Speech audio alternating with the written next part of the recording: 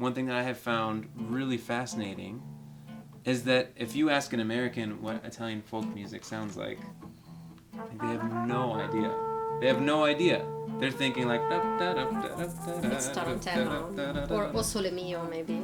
Hi, my name is Anthony Taddeo, and I am the leader and composer for the group Alla Boara, which seeks to bring new life and recognition to Italian folk music.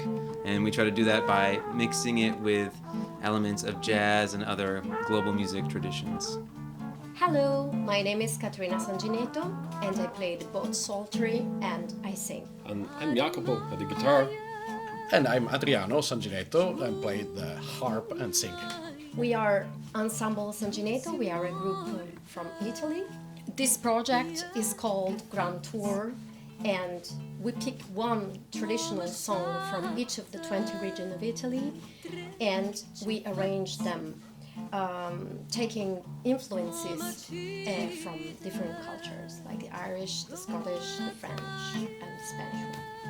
It's like if you think of like American music, you can't just think American music. But if you hear rock, you know like, okay, this is rooted in America. Or if you hear like blues, like specific New Orleans jazz, Yes. right? Like there's certain things that you know, oh, okay, this is coming from the American tradition. Of course, think about when you talk about American music. Let's talk about what is considered American folk music. You have the same. You have old-time music. You have Cajun music. Yes. Zydeco music. Right. They are so different. In Italy, it is a big part of the Mediterranean movement. So it has been invaded by a lot of people from That's the right. north, from the south, from Africa, from Ottoman. So depending on the region, the part of Italy you are, you have so many different roots. And so with Ensemble Sangineto, we want to also to underline this, because we want to take and make people understand Italy is not Italian traditional music, but every region has its own cultural roots, which is Right. what makes Italy great, culturally speaking. Agreed, So many influences and roots. There are Right. many regions with different dialects, different traditions. They may sound more French, more German, more Arab. And so that's what we want people to understand. For example, singing in dialect or using different sounds. That if you listen to music from Umbria, it's completely different from the song we took from Lombardia, for example, Yeah. or Piedmont, or Genova, or Tuscany, or Sicily. Naples. There are so many influences. But I think I'm adding also that nowadays, if you're talking about Italian music, it's a cliche. Everybody knows that Italian music is tarantella. Because this is the cliche. So the first, if we want to make a different, if we try to make another identity, to make up another identity of the Italian culture, we first need to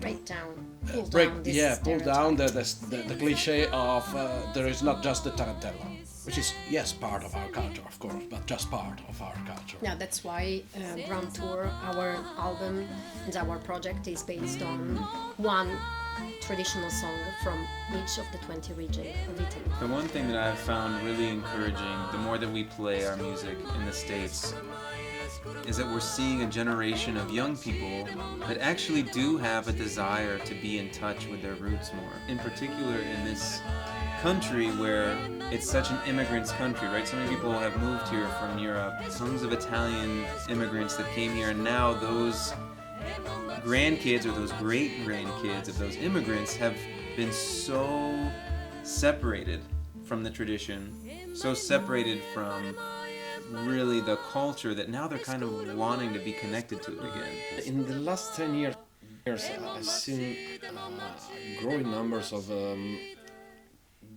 good young musicians, something like coming out from conservatoire or music school.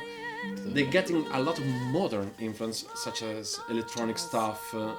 You can really find great musicians facing folk music and getting folk music and changing it into something really modern or really crazy. And So more or less, it's what I loved also from Alla Boara, because when I first listened some of your recordings, and it's so strange for me because I was listening some Italian traditional music, but with this strong jazz American influence, which is something I never heard in Italy like this. So it's more or less what you've done. I mean, good musician which studied and come out from conservatoire or music academies or schools, jazz or not jazz, classical or pop, doesn't really matter. I mean, musician that studied and then decided to go into folk music, adding to folk music their study background. Yeah, okay, the background they studied. I love also to play, for example, Irish music.